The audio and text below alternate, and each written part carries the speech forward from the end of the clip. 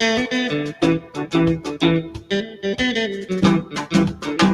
let me tell you, we're a peaceful people, struggling, we struggle. I mean, I look for trouble, just ask around. But when outside places, from foreign places, talk about taking over, being backing down. So we ain't giving up no mountain, we ain't giving up no tree, we ain't giving up no river. That belongs to we. Not one blue sake, not one rice grain, not one for us, not a blade of grass. Boom, bam, bam, boy. Bam, bam, bam, boy.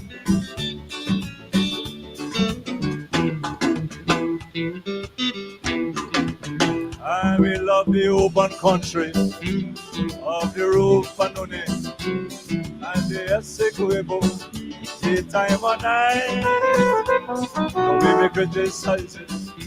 This is the home we love it, and we mean to keep it. We have that right.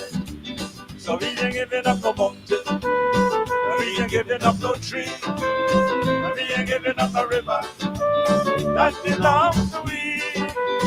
Not no one to sake, not one rice bread, not one for us, not a blade of grass, not one golden apple, not one jamun, not a drop of water from the pomeroon, not one breadfruit, not one white tea, not one guinea, not one lime tree, not a one sapodilla, not one Caroline, not one sugar cane, or a dry of lime, not one sherriga, not one cracate, not one guinea,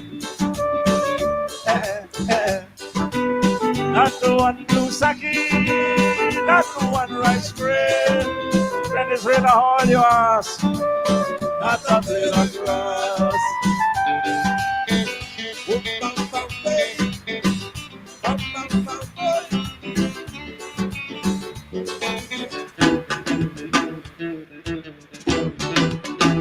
This land is our land now.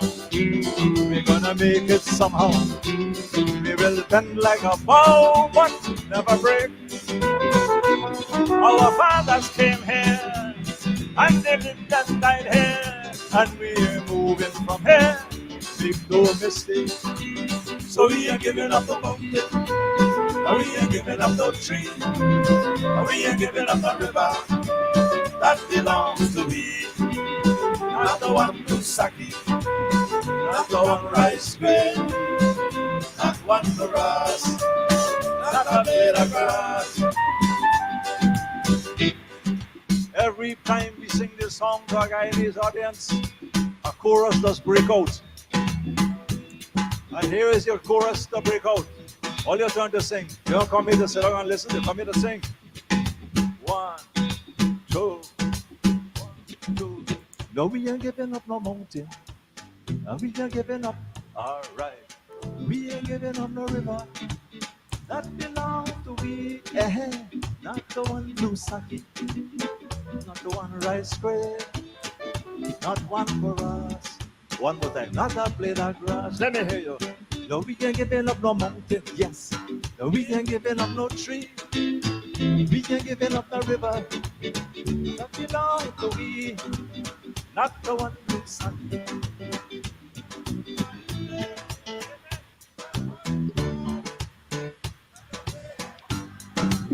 No, we ain't giving up no mountain. We ain't giving up no tree, we ain't giving up no river.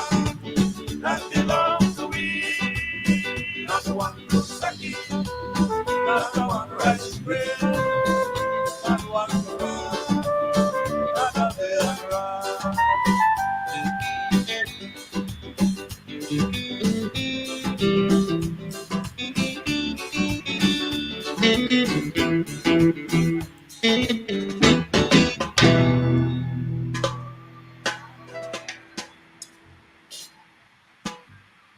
We have come to the almost to the end. We have one more song to do, and I just want to tell you briefly that this song is a song that came out of a fete we played in New York about 3 years ago. Maybe some of you were there, I don't know. But it was a night when it was a magic night. It was a Guyana night, and people were nostalgic about Guyana.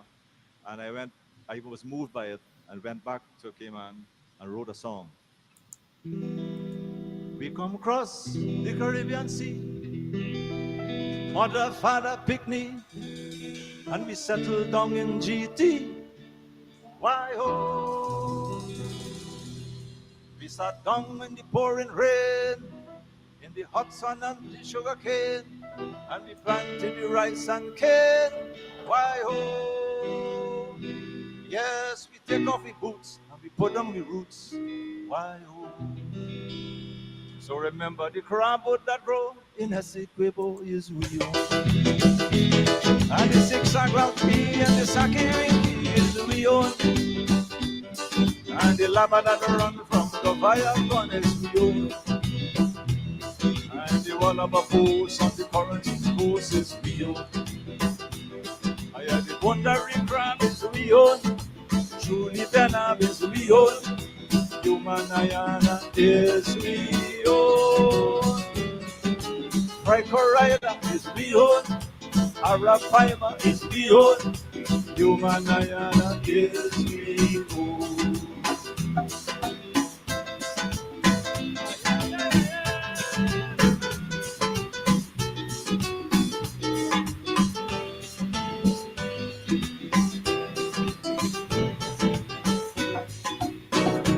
Whether grove or whether pleasant, we know the pagua and confidence, and we know how to wine and prance.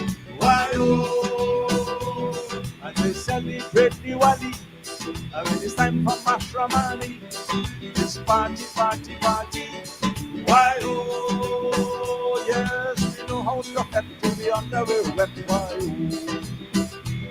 I said the ramble that grows in a sacred is real. And the 6 o'clock beat, and the Sandy Winky is real. And the lava that run from the fire gun is real. And them all of a post on the quarantine post is real. Partner Penus is real. Five finger juice is real. Human Ayana is real. The Simatu vine is real. And the masquerade wine is real. Human Ayana is real.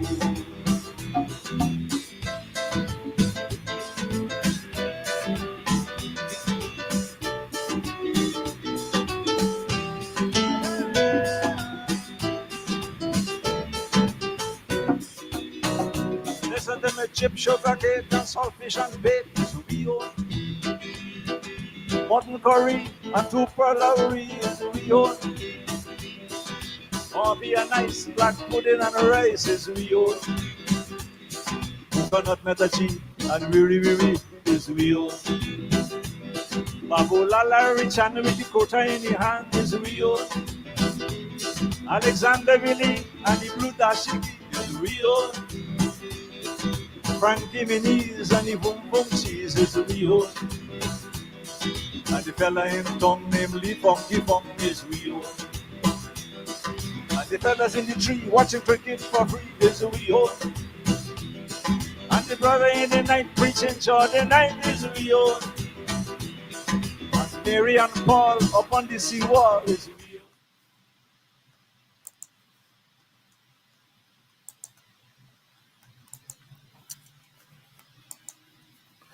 Oh, well, good evening and welcome to Politics 101 on a Monday evening beginning the week. Sad note, Dave Martins and the Trade Winds, household name in Guyana. Dave Martins passed away yesterday. We've played his music here on this program several times. And Not a Blade of Grass will be sung by Guyanese for generations to come. Those of us who old enough to remember in the early 1980s when he first sang that song. Dave Martins and the trade wind. The word icon has been used, and it's fitting because he is he is certainly one of our greatest gifts to mankind. Dave Martin and the Trade Winds. Some of us grew up with Dave Martins. I remember as a schoolboy, remember singing Dave Martin's music with such pride because we are the generation, the independence generation, and we were making that transformation from colonial vibes and colonial music to our own music, our own literature, our own art. And Dave Martins was up there.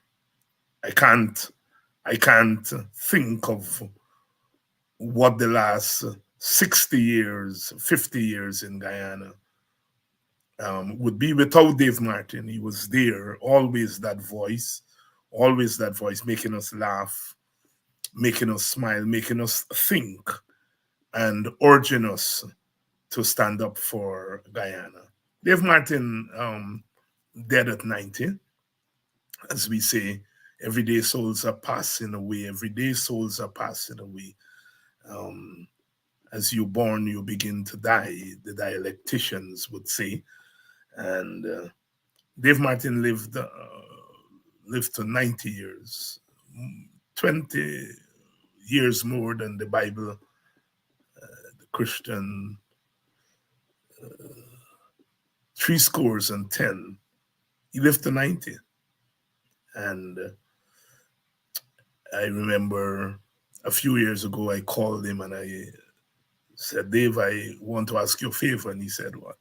I said, can you come to Buxton and play for our emancipation activity? He said, David, all you have to do is to get a stage and to get electricity, and I will be there and I will play for Buxtonians. And he came. I think it was 2018. I may be getting the years mixed up to 2018 or 2019. And he came and he played. And that man played for 2 hours straight and didn't ask us for a cent. Not 1 cent. Not 1 cent. As at emancipation time, we have to pay our artists, and because that's their living. And I'm not saying that our cultural workers should not be paid. None of them charge us full price. But Dave Martin came and he didn't charge us a blind cent. And he played for 2 hours straight. Our condolences to his family, to his wife, who I came to know well because I would run into them always and always with chat. The last time I saw him, I think, was a year ago at the Georgetown Club. I was there to do an interview with Ron Robinson, and he came in, and the last time I saw him, I think it was last year, July or August. Understand that he had been alien, but such is life. We give thanks. We give thanks for his life.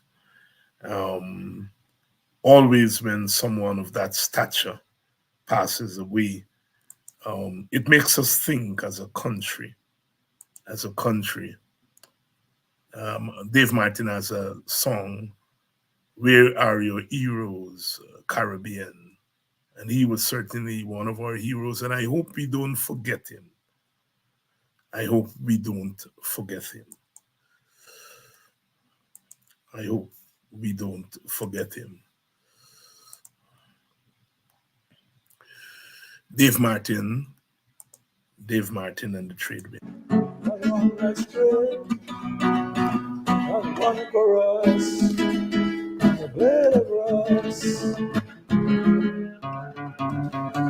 Through his unique style of music, Dave Martins told many stories, from describing boyhood days to a certain Not a Blade of Grass. He composed lyrical masterpieces, many of which narrated what it means to be a Guyanese. So, how did he piece his hits together? Let's find out. Hi, my name is Dave Martins. I am a West Coast country boy, born and raised at Hague and later at Hoop. I am 87. I know you have a very popular song called Boyhood Days, and you said time cannot erase, so I must bring you back to this very important question here. What were your boyhood days like? My boyhood days was actually a lot like most boys. Looking for birds, chewing gum, sapodilla gum from the tree to trap birds, bird traps. Um, um, Scouting the yard looking for guavas, fruit trees. And I was living close to the seawall. We lived in Hague. The seawall was in the backyard. So I'd be on the beach or not in the water too much. The water it was kind of muddy. My father was away a lot because he had a farm in the Pomeroon, which took his time, full time. I would go down and spend some time with them, especially holidays. But so it was mostly my mother and myself and my sisters. I have no brothers. I have four sisters. And you are the second youngest. And you are the second youngest. No, I'm the third child. Yeah, three sisters before me, and then one sister after me. Where I live, there was very few guys my age in that area, so I had no boyhood friends, so to speak. This is when we moved to Freedom Hoop, when I started going to Saints, and I moved to Freedom Hoop because it's more convenient. And I became friends with the Henry brothers, some Douglas people that lived down the road from us. We were friends up to now. We became pals. So when I started the band, two of them were in the band. That was the band before Trade Winds. It's a long, gradual process for me, music. It didn't happen overnight.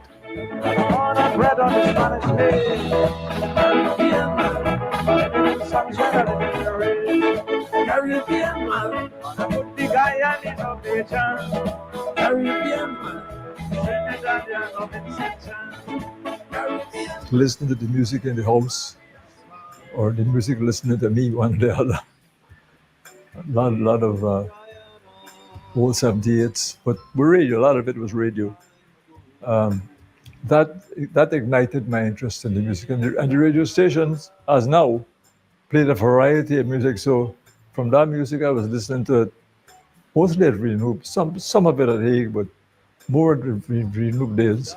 I was listening to all kind of music, jazz, rock and roll, classical, a lot of classical. I became interested in classical music because I was drawn by the long structures, classical pieces that go on. One piece will go on for 15 minutes, and I was drawn to that. I don't know why, I just was, And I think so a lot of that interest, when I started to write, I was going in that direction. I was going towards more descriptive work rather than a lot of popular music is instantaneous work, about bang, bang, bang. But the wider music, classical music, is more extended. It goes over long periods, and that always interested me. It's not always the most commercial music, but it interested me from young.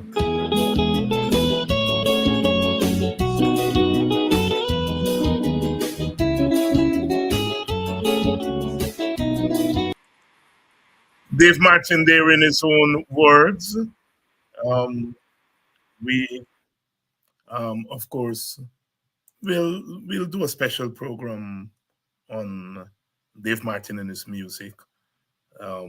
His music, of course, touched all of us because we can see ourselves and hear ourselves in his lyrics. Boy, you do is when he talk about all those things that boys did and girls did. I mean, you were in the lyrics, and quite a loss, but he has left a rich legacy, and we are thankful. Good evening to you all. Please share the live. Please share the link. Tonight we want to talk about poverty, and we want to talk about what we're going to do about poverty. It's a real problem. The poverty rate in Guyana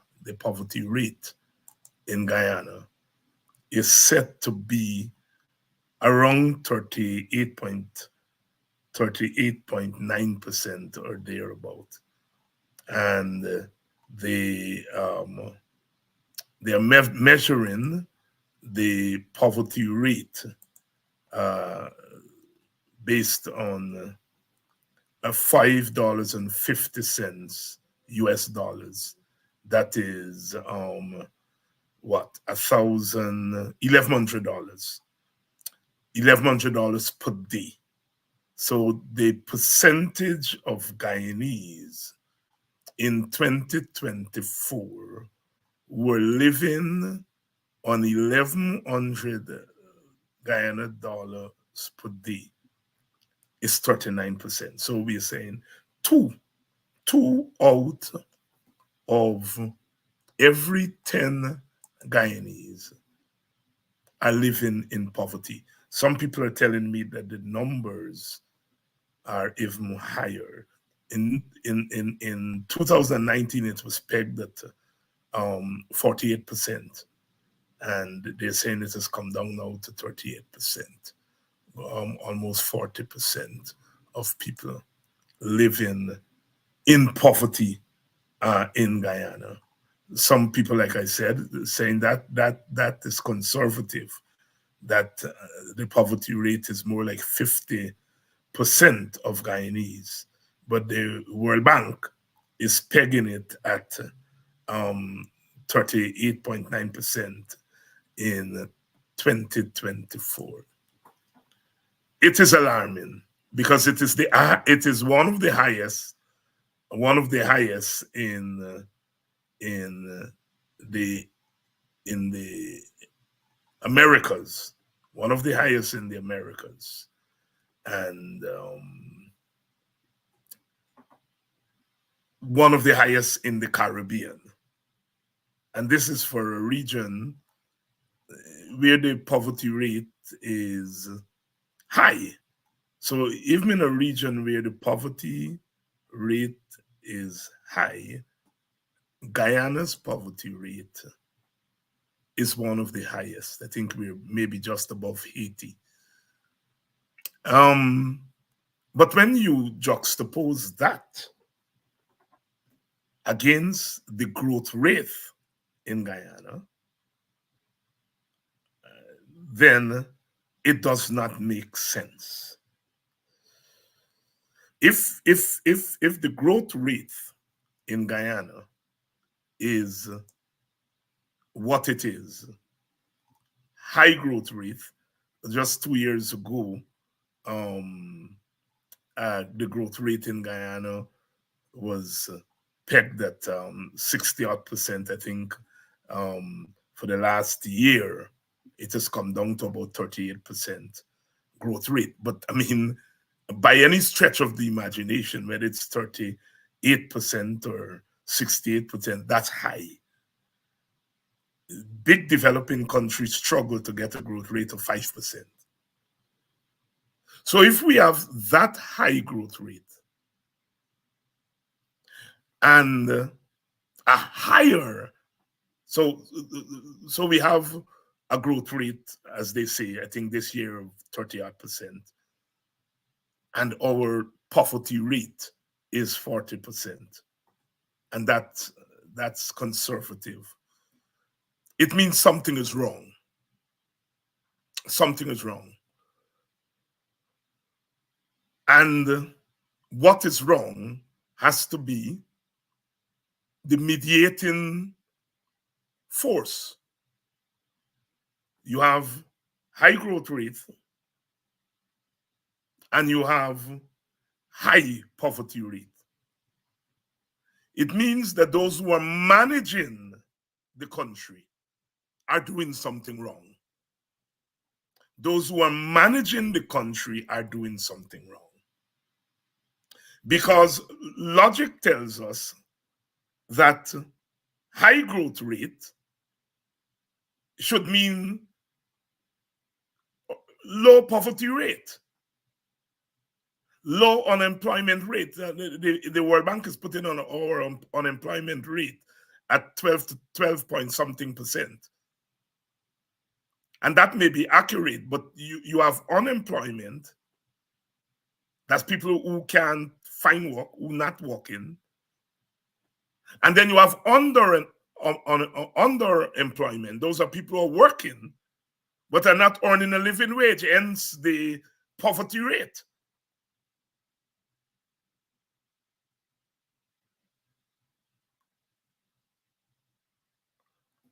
If people are living in poverty in the fastest growing economy in the world, that is saying that the government is not investing in people. The government is not investing in poverty reduction.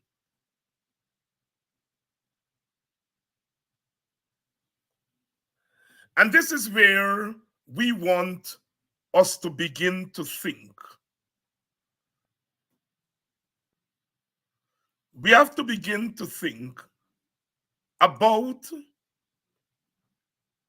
our people. So I heard Mr. Jack Dio say over and over again that yes, the cost of living is high, inflation is high, and so on and so forth, and that his government has been doing a lot. They have reduced taxes on certain items. They have subsidy on certain things, electricity and so on. So the argument is that people don't have to pay more for these things. And so the argument is then that if you subsidize certain things, if you remove taxes from certain imports and so forth, that this is going to trickle down to the consumer. Reality has shown that that does not necessarily happen. And so therefore we are saying that the way you deal with cost of living, the way you deal with poverty, because cost of living is a real problem and is linked, of course, to poverty.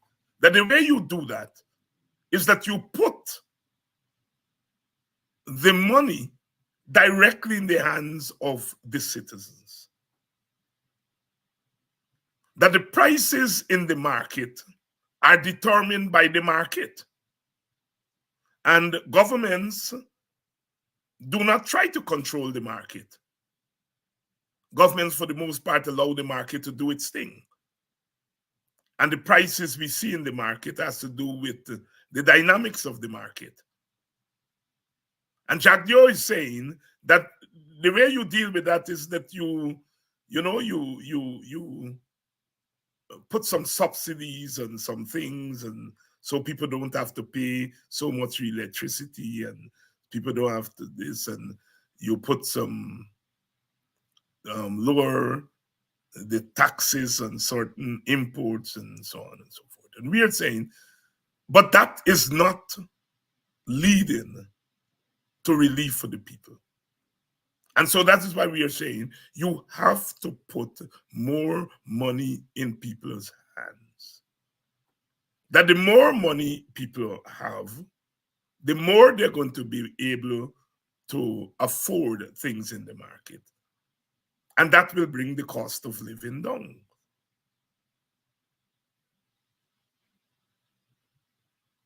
And there are ways that you can put money in people's hands.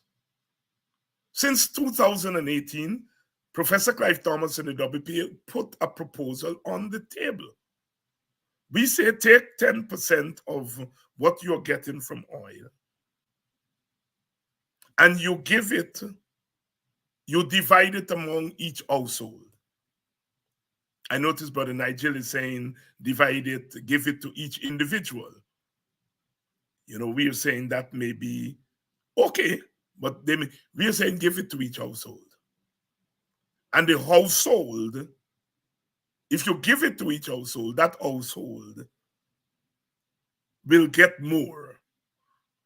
We have about 220,000 households, and Professor Clive Thomas calculated in 2018 that given what the oil that we had at that time and that we were forecasted to have, that it would come up to approximately 5,000 US, which is $1 million Guyanese dollars per year. Now we are talking about 18 billion barrels of oil, and we think it's closer to 30 billion barrels of oil. The oil companies are not going to tell us how many barrels of oil are forecast. But experts are saying that we have close to 30 billion barrels. The government is now saying it's about 18 billion. We think it's close to 30 billion barrels. And so we think that if you take 10% of even what you're getting now, and you divide it among the 230,000 households, people could get in excess of 5,000 US, $1 million. Now, if that money gets into the hands of those people who are earning less than $5.50 a day, they're earning less than $1,100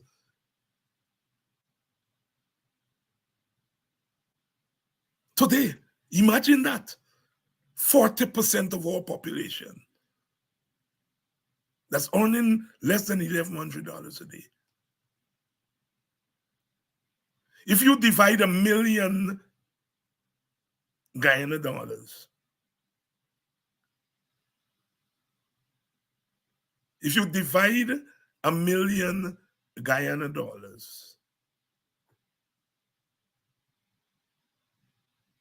by the 365 days in the year, it will be much more than the $1,100 they're earning now. And if those people get that in addition to what they're earning, they're on their way out of poverty because they're going to be able to afford more. We had the shocking news the other day that our people are not getting the requisite nutrition that they're supposed to get. Part of it has to do with the fact that they can't afford to buy the nutritious food. They just can't. How are you earning $1,100 a day? How are you going to be able to afford nutritious food with $1,100 or less? Because there may be people who are earning $500. I'm hearing a pound of sugar in the interior is $500.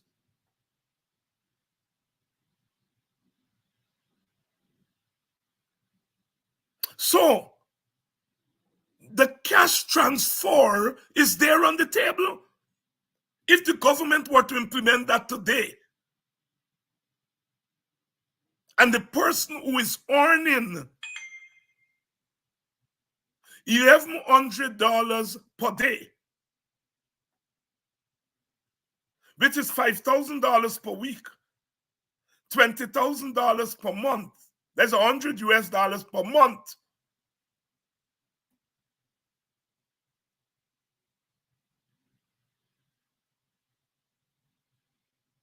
$1,200 per year.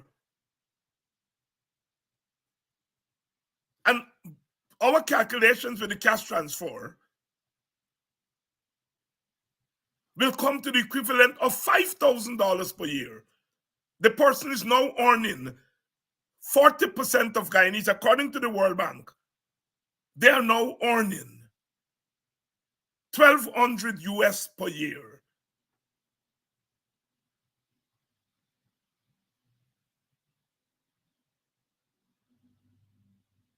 Why the government is not giving cash transfers? Because it is not interested in getting rid of poverty. You see, to get rid of poverty, and you run around with your $40,000 and a fried rice, as they do in most African Guyanese community. A person who is getting the cash transfer plus what they're earning, they would not be susceptible to a fried rice and a $40,000. That wouldn't excite them because they already have enough, which is good. They will turn their backs on the fried rice. So the PPP does not want to get rid of poverty. Because if it gets rid of poverty, then it can go around the place like a Father Christmas, sharing away $20,000 and $30,000 and parading our women when they collect a $40,000 for their children, school books and school uniform, and get them parading themselves like long-time slaves. If they get the cash transfer, they don't need your $40,000.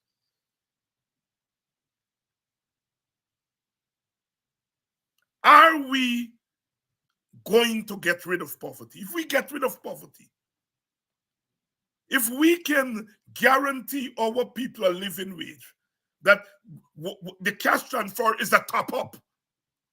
You're earning less than $550 a day, and you get your cash transfer, is a top up. It's more than a top up. It's more than a top up. You are now able to afford things you couldn't afford. You are now able to afford nutritious food. I'm just giving you all the bare numbers here. Yeah? I remember when Professor Thomas came out with it, people on our side of the thing, the coalition, they said it couldn't work. People are going to spend it out and they're going to drink it out and smoke it out. But you tell me that woman who works on some store in Water Street or who doing watchman work and earning less than $550, less than $1,100 a day,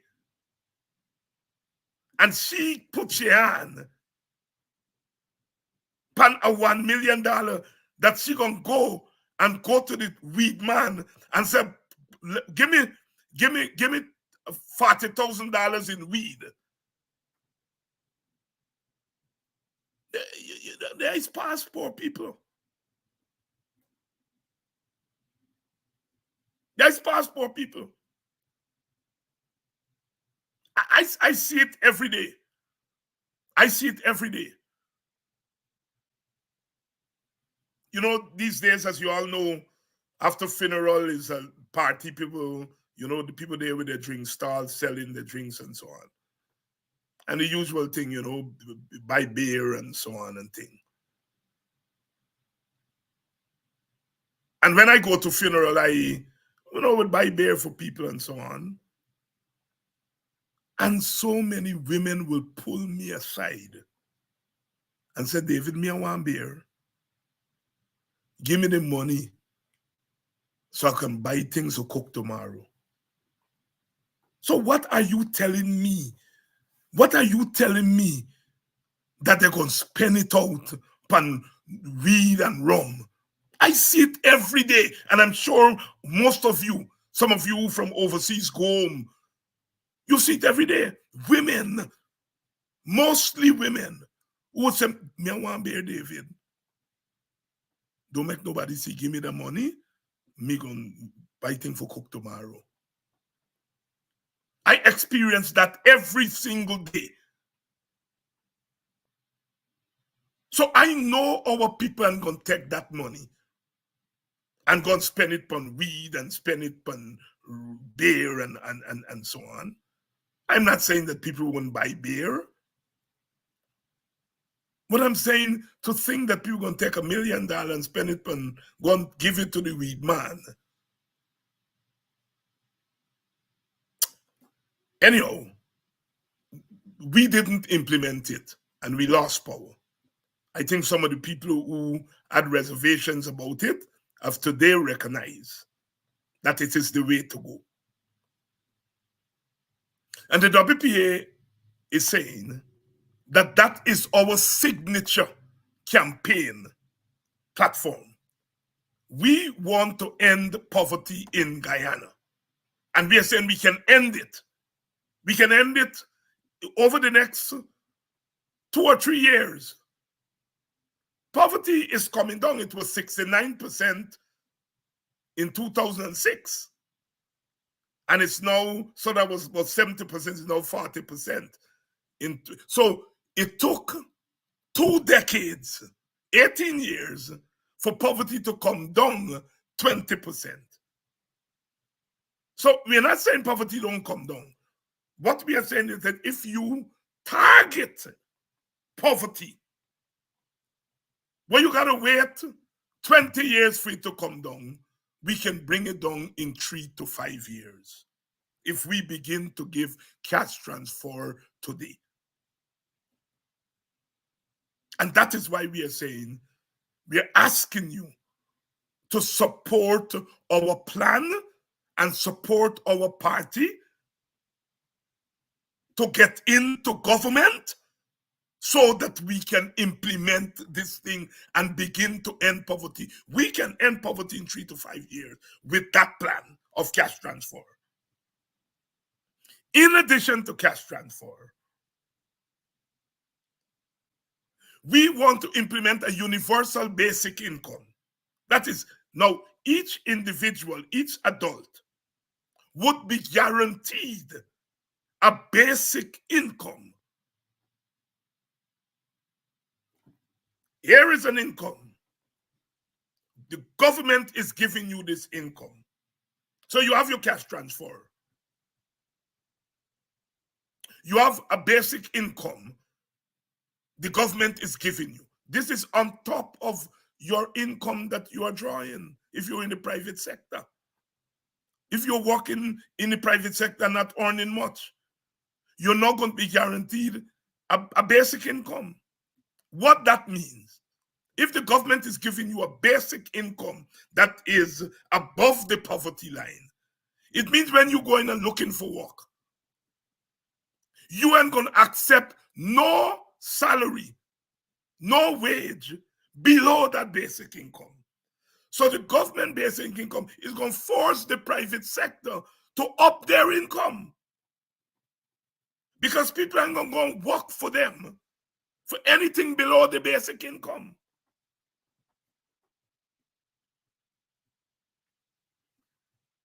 The Working People's Alliance is saying we are interested in getting rid of poverty. You know, when you live among people, poverty is not a theoretical thing. It's a real thing. At an individual level, I spend time around poor people. I talk to them, I ground with them on a daily basis. And I know their circumstances. So poverty is not a theoretical thing for people like me. It's a practical thing.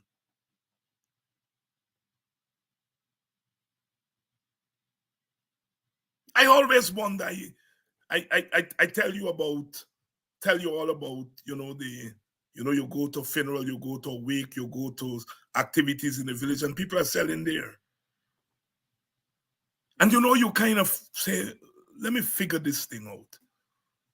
They're selling a beer for $400, a GT for $400, a Banks.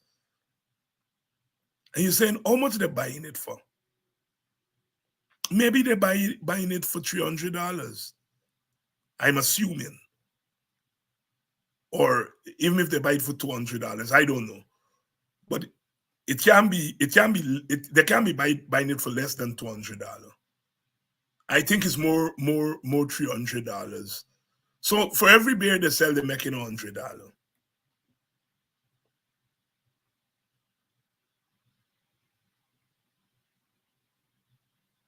So they got sell a 100 beer to make $10,000. That's 4 cases of beer.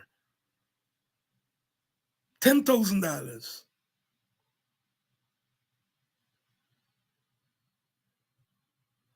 And it's not like every day, because they're only going out and sell when they get a funeral or a wake or whatever the case may be. So sometimes when they make the 10,000, if they sell 100 beer, I think they sell less than that. If they sell 100 beer, because remember, they're competing stands out there.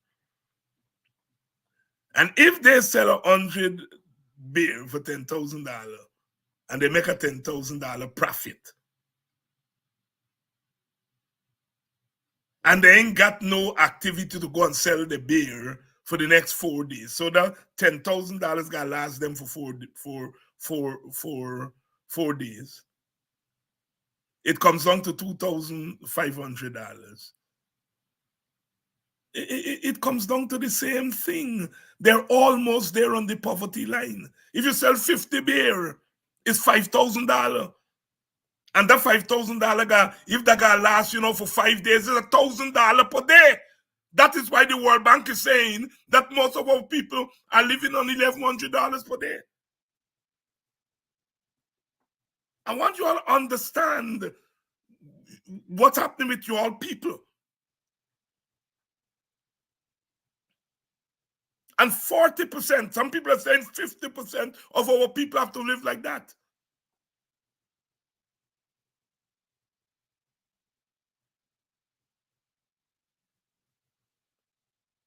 I at a personal level, like I said, I would spend a couple of dollars, buying, a beer, 2 beer for people and so on, and my villagers, my friends and so on. But in my head, I am putting some money in somebody's pocket to go and buy something for their children the next day or even the same night.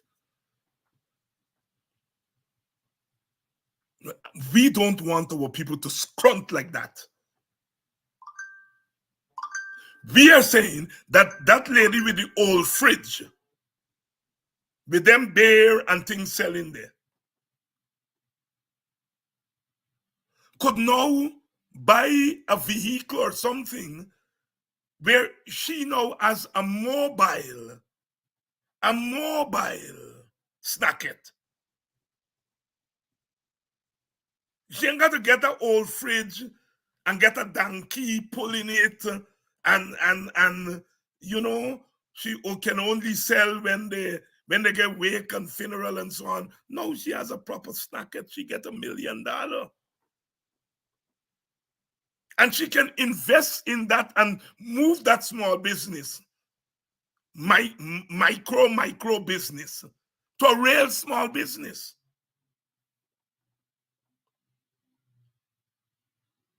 So we want you all to support the universal basic income. We want you all to support the cash transfers. Not going wrong and sharing a $20,000, $30,000. When you go wrong and share a $30,000 to people, by the time you click your fingers, so that's gone. You're not doing anything to help their condition. You're putting a little patch. And you're asking them to bow down to you. We are saying, go to Parliament, pass a law that says 10% of our oil income, whatever it is. Maybe it will be less than $1 million. It may be $800,000. But it's $800,000 what people don't have and that they can use. So many, you go through, one of the things that, look, people building places, that is true. I go through the villages and I see people putting up the little bit, but a lot of those buildings are not finished because people don't have the money to finish them. Sometimes people start the house, they do a little part, they live in there, and they wait until they get some money from overseas or to finish the house. And so a year passed, 2-3 years. So many people can finish their little house if they get a cash transfer of $1 million next year. The idea is to pull people out of poverty. Because a shadow said poverty is hell. It weighs down. And the beautiful thing about the cash transfer, our cash transfer to each household and the universal basic income, is that it goes to each household regardless of race, regardless of gender, regardless of class. Now, there are rich people who don't want, who wouldn't want a cash transfer.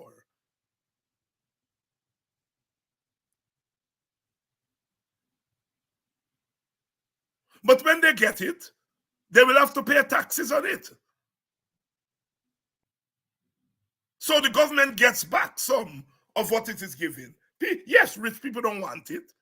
But in order to be democratic, in order not to leave out anybody, you give to everybody.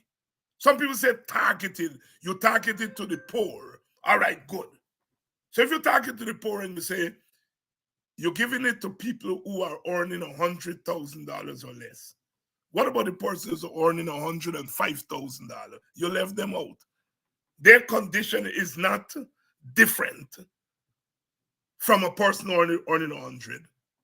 So this thing about targeting it, you will run into trouble. If you give to everybody, you leave out nobody. You give to each household, you leave out no household. So we are targeting everybody. And the rich people will pay back in taxes because they're already making plenty money. And then you give them the cash transfer, they got to pay back in taxes. And if they don't want it, they can give it to a poor family.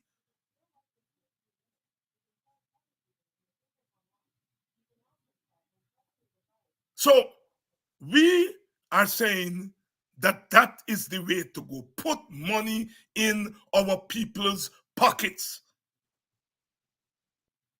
Put money in our people's pockets. And then in addition to a universal basic income and the cash transfer, law by law, so you get your check. Just as you go every month to collect your old age pension, you go whether it's every month you're going to get this check or every year you're going to get it, you go and collect your thing. By law. You ain't got to bow down to nobody. Yes, you will say, good, thanks, Professor Thomas. Thanks, David Hines. Thanks, WPA, for doing this for us, because you all are manly people. Thanks for putting forward this initiative. Yes. But we're not coming around and telling you this is WPA money and this is Guy Thomas money. No.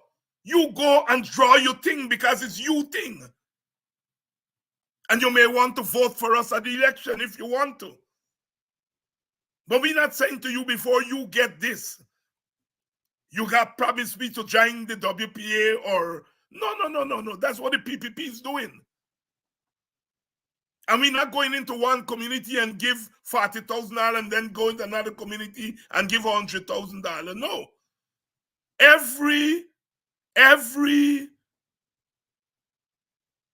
household, regardless of Amerindian, Portuguese, African, East Indian, every household gets the same amount. That is democracy. That is multiracialism. That is equity. And then on top of that, we got to deal with the question of wages. It is unacceptable to be a teacher and earning $100,000 a month. $100,000 a month, divide that by 30 days a month. You are talking about somebody working, a teacher, working for approximately $3,000 per day. Remember, the poverty line is $1,100 per day. If you're working for $3,000 per day as a teacher, you're working for a little bit more, a little bit above the poverty line. And you're getting tax on that $100,000. A friend of mine sent me a list today. She's a teacher. And she said at times, I want you to see what teacher thing. And she is buying or sewing new clothes because school gonna open just now.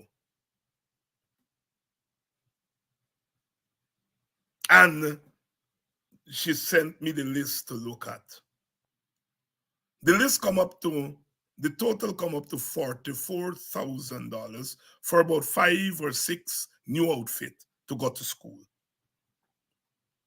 So you're working for $100,000. School beginning, the barest minimum, $44,000 you're already spending to buy 4 or 5 new outfits. Half for your first, all for your salary gone there in just buying clothes. And not plenty clothes. Because teachers, you can't go into teachers, you can't go to school and looking nasty and dressing properly. Especially women. They got dressed up. And this teacher is saying, just 5 outfits. I'm going to wear one Monday, one Tuesday, one Wednesday, one Thursday, one Friday. That's just 1 week. Next week, you can't wear back the same thing.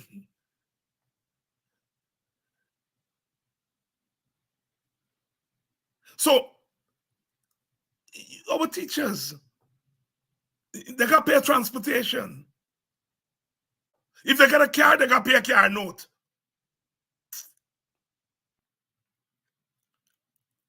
If they're living in a house, they got to pay a mortgage.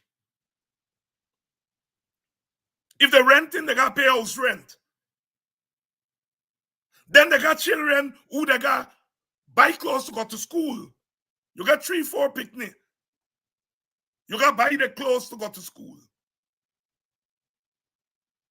You got find food. How on earth can our teachers be expected to live on $100,000 and the government's giving you 10% of that, which is $10,000. So you're raising the salary from 100 to 110,000. What kind of madness is that? So we are saying we got to raise the wages of public servants. We have to. Teachers are asking for 40%, 38.9. Let me put it wrong, it off at 40% raise. A 40% raise on 100,000 is $40,000. So your salary can go from 100,000 to 140,000. To a poor person, that is not adequate. But it's much more than 10,000.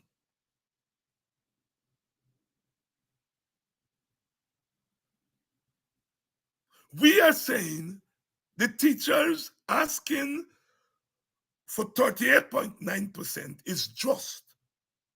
It's just. But it is barely enough.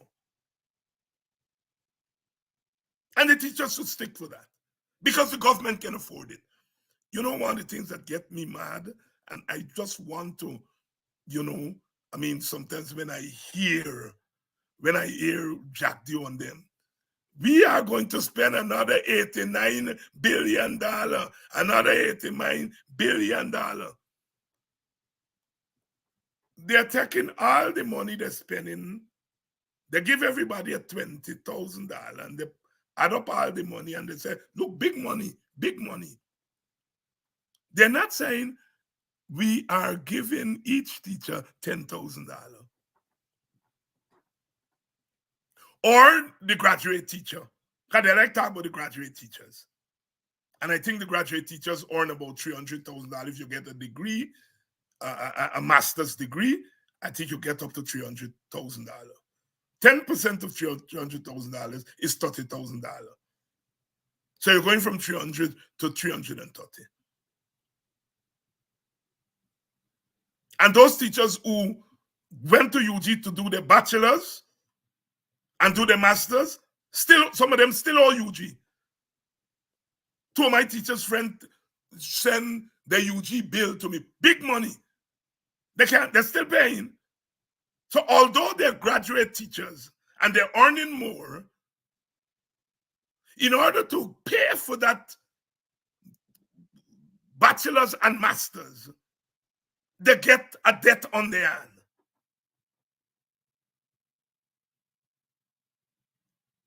So our public servants need a substantial raise in salary.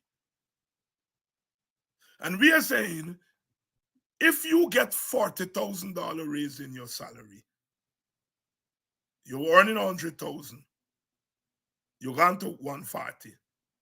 You get a cash transfer of $1 million, and then you get a basic income, you're on your way out of poverty. You have enough income to cover your basics, and maybe you have some disposable income left. Sisters and brothers, this is the WPA plan. I always hear people ask, is what WPA bring to the table? But I'm starting here on this program. We are starting to tell you what we bring to the table.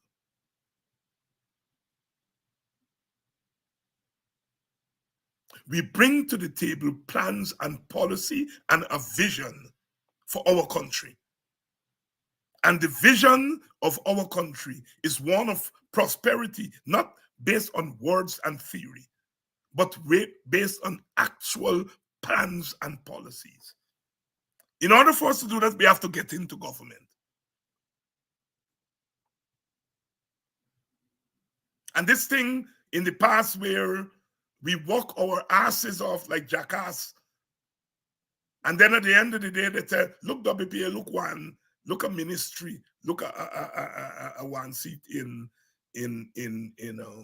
parliament. No, the days of that are over. You know, WPA is the intellectual party. They bring intellectual. Yeah, we do bring intellectual stuff.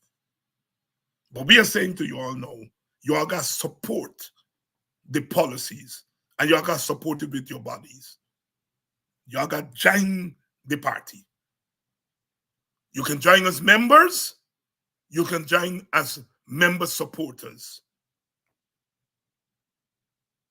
You can join as members and member supporters and work behind the scenes, because a lot of people, if you're a public servant, that $100,000, you depend on that for your life. If you're a public servant, if you're a teacher, and you're earning $100,000 a month.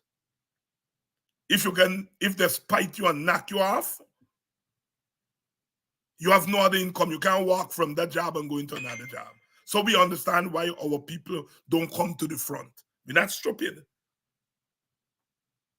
But you join the party who want to come to the front, we're going to move to the front.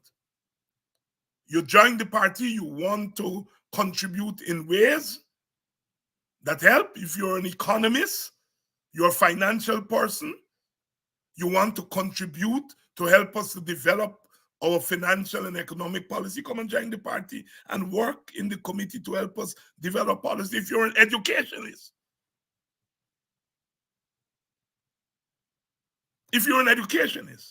because we want to develop an education plan,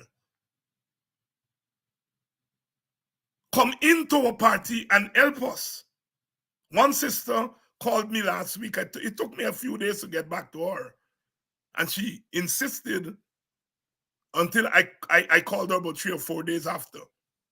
And what she wanted to talk to me is about education, about education policy.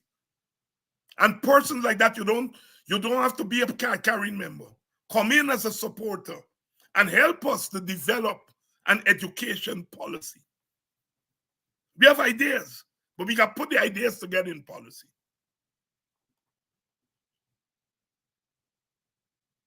You want to be a candidate at the regional level, come into our party.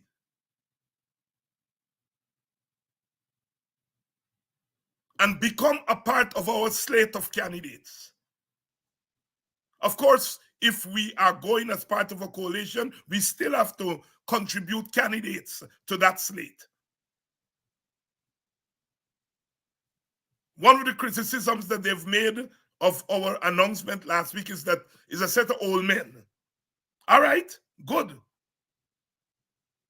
Well, this is one old man who is saying, young people, come into this party. Come into our party. We need young people. Come into the party.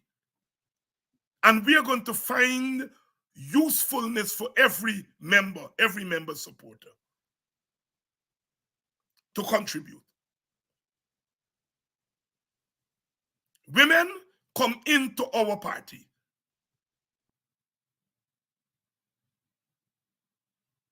The law in Guyana says each party has to, its slate of candidates, 30%, at least 30% of that slate of candidates must be women. That's the law of Guyana. You know who initiated that idea and who got it into our constitution, who led the way with it? WPA. We are responsible for that law. So women, come into our party.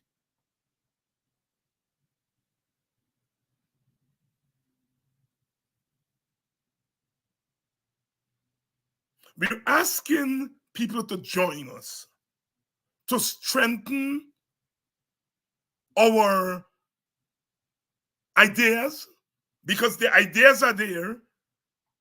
And as we saw the last time, we do the ideas, we do the manifesto, we contribute to the manifesto, we contribute to this, we contribute. And when the thing done, they say, look, I want seat for your intellectual energy. But we want to take more than intellectual energies now. And there's enough to share around. Look, some of you all are disappointed at the PNC and Norton.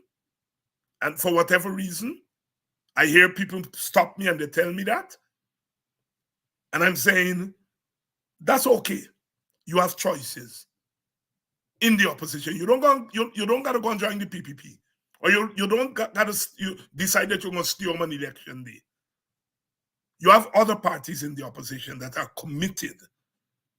You have the WPA, you have the AFC. And I'm not canvassing it for the AFC, but if you don't like the WPA, if you think WPA too radical or, whatever you think about WPA, you have choices. You have the PNC, you have the AFC.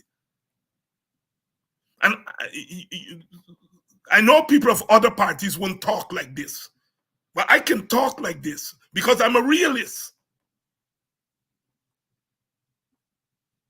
I'm not canvassing for other parties. I'm not canvassing for the AFC. I'm not canvassing for the PNC. They can do that on their own. They can do that better than being the WPA. They have more resources. But I am a coalition person. I'm a coalition person. And I feel that ultimately it will be best if we go into this election as a coalition. I can't wring the hands of my other partners. I can't break their hand and say coalition. But I'm telling you where we stand. We feel it's best if we can go as a coalition and maximize our capacity. And so I have no compulsions whatsoever in saying that if you don't like the WPA, then like the PNC or the AFC. I prefer you do that than to lie down home and say you aren't participating in the system. Or God forbid, to say you're going and vote PPP. And I think if we were realistic on the opposition side,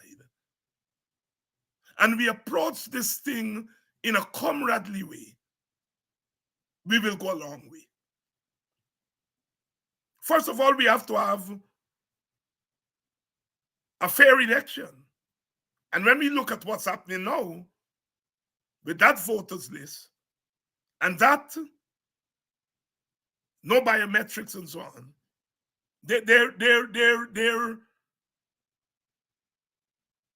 that's not a level playing field. So we've got to struggle for better conditions. But if we struggle for better conditions, we must prepare for elections. You can't say we wait until we get biometrics, until we get a proper voters list, before we start preparing for elections. That's stupid talk and stupid plan. You fight for it. You fight for it. You fight for better conditions, and you prepare for election. That is what the WPA is doing. The ideal thing for us is before the elections, for us to agree to an end to winner-take-all politics.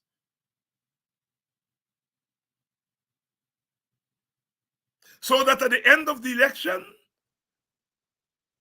if we get 52% of the vote, we get 52% of parliament, 52% of cabinet. If the PPP get 42, they get 42% of cabinet, 42% of thing.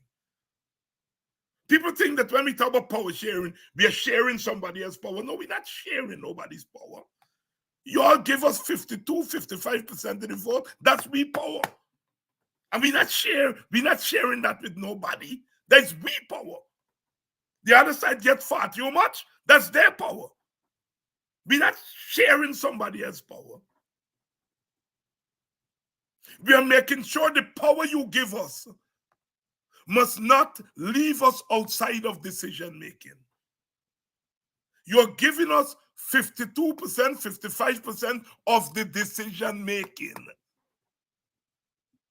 If we were sitting in this government, you think the government could have put on any alternative event at Martino's or wherever, Sophia? No, because we would have been sitting along there and say, you are not using government money to do this, to take your eyes and pass back people. If we were in government, you think the government could be pussyfooting and giving the teachers 10%? No, because we are at the table and we have the majority at the table. We're going to be able to say to them, no, you got to give them the 39%. But we are outside of power, although 49% according to the TFIN election vote for we. In a TFIN election, we get 49%. But we can do nothing with that 49%. Our parliamentarians dress up nice, they go to parliament, they object to things, but they can change nothing. They can change nothing. Not one law, not one motion, not one bill put by the opposition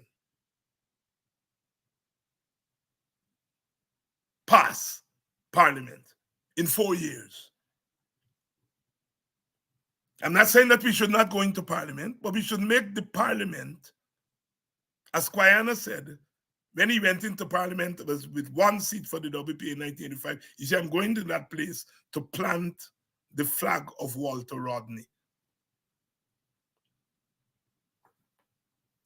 We got 38 seats. We can't influence law because we don't have the majority. And so that winner take all has to go. For us in the WPA, we would like it to go before the elections. So we know when the elections are over, whether we get 48% or 58%, we're in the government. We're in the government. And one of our members could be the labor minister. We're out of government. We can't influence what they're doing to the teachers. But if we were in government and the labor minister was a member of the PNC or the WP or the AFC, the teacher, they get their money.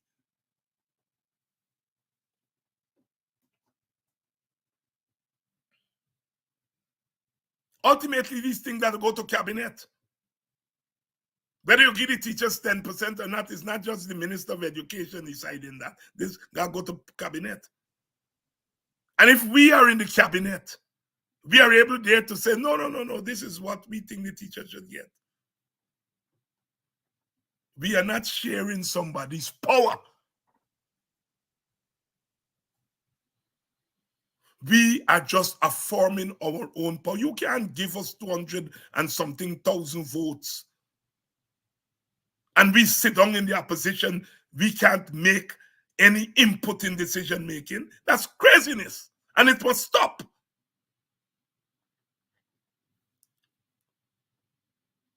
Look at what the PPP is doing with a 1-seat majority. And we can't do nothing within the ambit of the law. That is why our people are on our case to go on the streets, because that's the only thing open. Because we cannot effect change within the system. So we've got to change that system. Sisters and brothers, we have to get more serious than we are, because I know we're serious already. We forget more serious. And we are beginning to lay our plans on the table. And as I've clarified in the past week, the naming of our presidential candidate and that does not mean that we're not going as part of the coalition. We are just putting our leadership team in place. If we are going to go as a coalition, we have to provide our list of candidates. We have to provide our list of policy areas when we sit down to do the manifesto. And because none of us has participated in an election on our own, neither the AFC, neither the WPA, neither the PNC, since 2015, none of us has participated in an election on our own. So we can't come to the table and say, this is what we are worth. We know the PNC is the biggest party, and history has shown that they will have the biggest opposition support. Nobody can question that.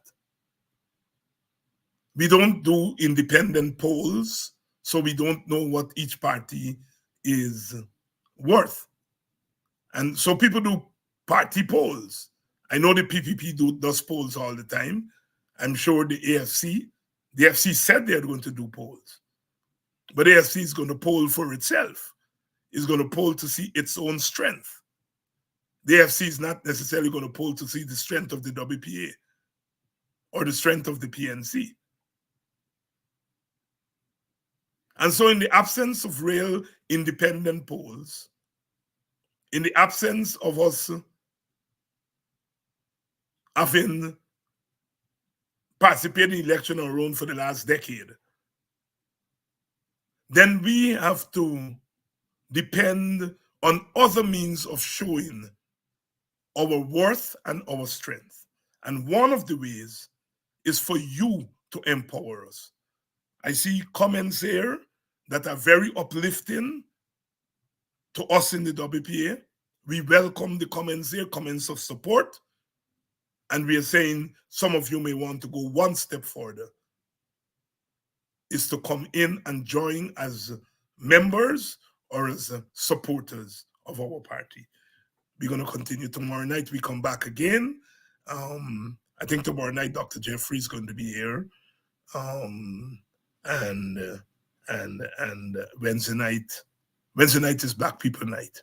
So we will be talking about Black people's story. So we are on the way this week. And so I'm going to see you all tomorrow night. Tomorrow night. And we are going to continue. We're going to continue to plug away. Never mind. I see John Jones here is still in the old time talk about a party died when Walter Rodney died. The party gets strong after Walter Rodney died. When Walter Rodney died, WPA didn't have party groups. Because remember, we were a pressure group in 1979. And there was not even a thought of becoming a political party after Rodney and Rupnarayan and others were arrested. And we were forced to become a political party. And given this security situation, we couldn't have party groups. And I hear people say that now, when Walter Rodney died, the party there, when Walter Rodney died, the party wasn't even a proper party. The party became a proper party after Walter Rodney died. But people hear this nonsense and they repeat it. Walter Rodney's greatest value was that Walter Rodney was leading a national movement. And that national movement suffered when Walter Rodney died. Walter Rodney was bigger than WPA. It is the movement that suffered when Walter Rodney died. The party continued. The party strengthened. I know that because I was part of helping to build party groups going around the country. And so people talk. What David Rudder said, Caribbean people, that is the root of our problem. Yak sometimes. And in this day and age, people must not repeat stupidness that you hear. Walter Rodney was leading a national movement against the government at the time. And when he was assassinated, that national movement suffered. The WPA continued. WPA became a real party after then. But yet people, yak. The WPA began to decline with the return of free and fair elections when our multiracial base, Africans went back to the PNC, Indians went back to the PPP. That is after 92.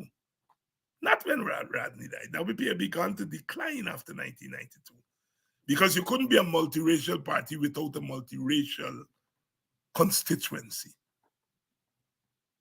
And what we are doing now is saying that in this new era, the era of the petro-state, where our politics now have moved towards more coalition politics and so on, that we have something to offer in this era, that we have readjusted the party to deal with the new era. So those of you who say that nonsense that the party died when Walter Rodney died, please stop it. The party was not even a proper party when Walter Rodney died. What we had when Walter Rodney died was a movement. And the movement suffered. But the party survived and got stronger after Walter died. So I just want to set some facts When Corbyn realized, finally said, look, the PNC can't win these people on their own, who did he turn to? Which party did he turn to? The WPA. The WPA. The PNC in 2006 got 34% of the vote. They lost votes to the AFC. Corbyn then turned to the WPA. We formed the APNU. And the APNU vote went up from the 34 that the PNC had to 44 in 2011.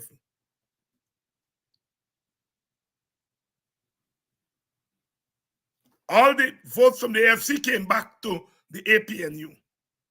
The AFC got votes from the Indian Guyanese community in 2011.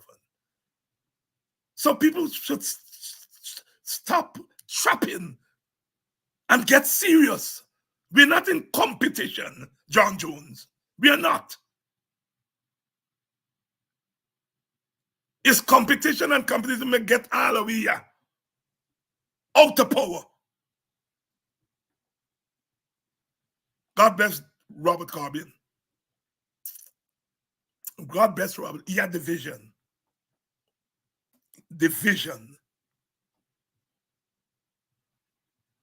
The vision. And we need vision today to put power back in our hands. Not stupid talk. We need vision, and we need accommodation for all forces.